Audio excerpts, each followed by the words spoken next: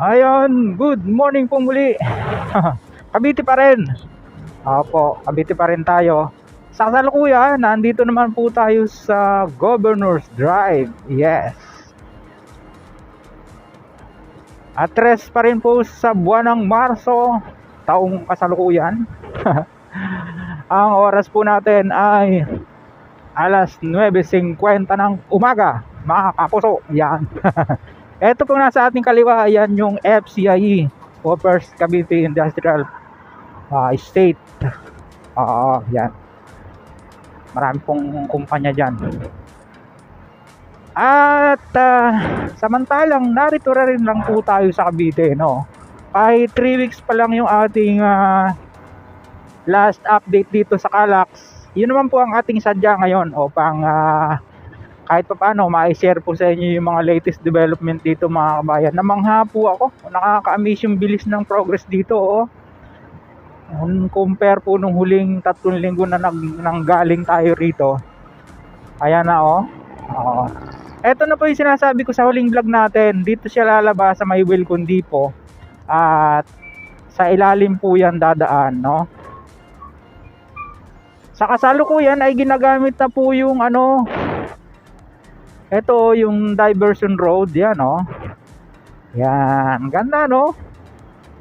3 lanes siya magkabila para hindi siya halos nagbago compare doon sa hinto tayo sandali, ayan na, diba?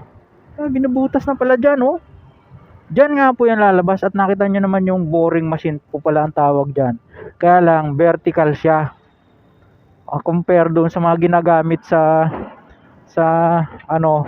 subway na horizontal papaganon. Ito vertical, nakaganon.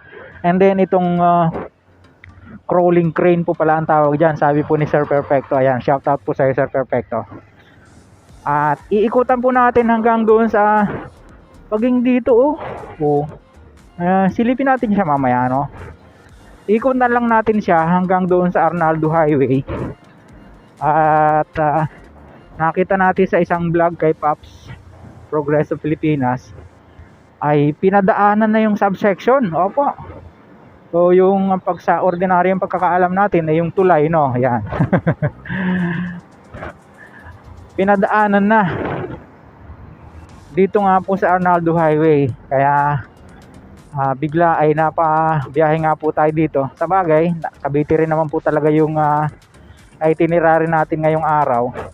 At loobin po next week ay makabiyahe naman tayo ng Laguna saka ng part ng Quezon, at subukan naman nating puntahan yung SLEX TR4. Parang nagmamadali na rin sila dyan,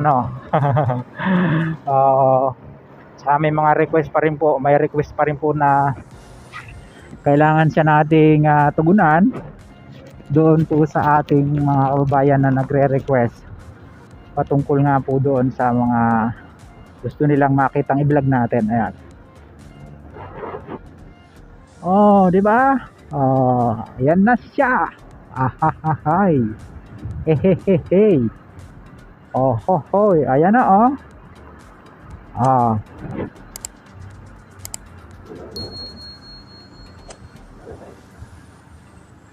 ito na po yung ina-update natin dati na ginagawang subsection. Ang nakakalungkot lang, dahil residential or mga company yung tatamahan. Nakita nyo yan, San Miguel Yamamura yata yan. Saka itong mga building na ito dyan sa ilalim.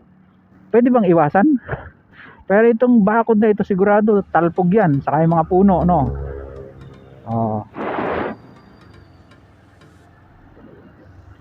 At ito yung niya dati, rerouting niya. Silipin lang natin, hindi naman siguro bawal, Ayan, diba? Wow, ganda. Asian Lit, dito pala yon.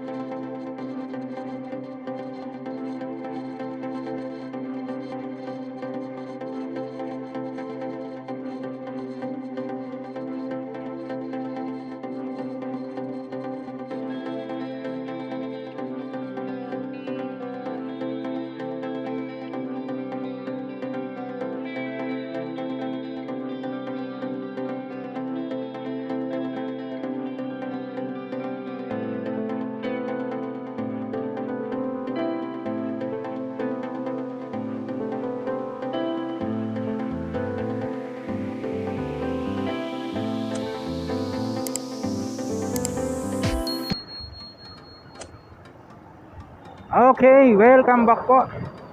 Matapos po nating mapanood yung ating aerial shot, balikan natin siya dahil pauwi na rin naman po tayo. Ganda na talaga oh. Konti lang po yung ating aerial footage dahil lobat na. Ayun, at least nakatatlong series po tayo ng vlogging ngayong araw. Okay, hanggang dyan na lang po muna pansamantala yung pong ating vlog na naibahagi sa inyo. Dun sa mga hindi pa nakapanood dun sa ibang nag-vlog dito, mapapanood po nyo yan sa ating YouTube channel. Sa mga ngayon lang po na pag-uwi sa ating munting channel, sana po huwag nyong kalimutang mag-like at mag-subscribe. Pakipindot po ang notification bell para lagi kayong updated anytime na mag-upload po tayo ng video. Ito pong muli si Kabayang Alex, laging nagpapaalala. Mag-ingat po tayo, lagi tayong manalangin, magpasalamat sa Diyos. See you po on my next vlog, God willing. Hasta la, bye-bye.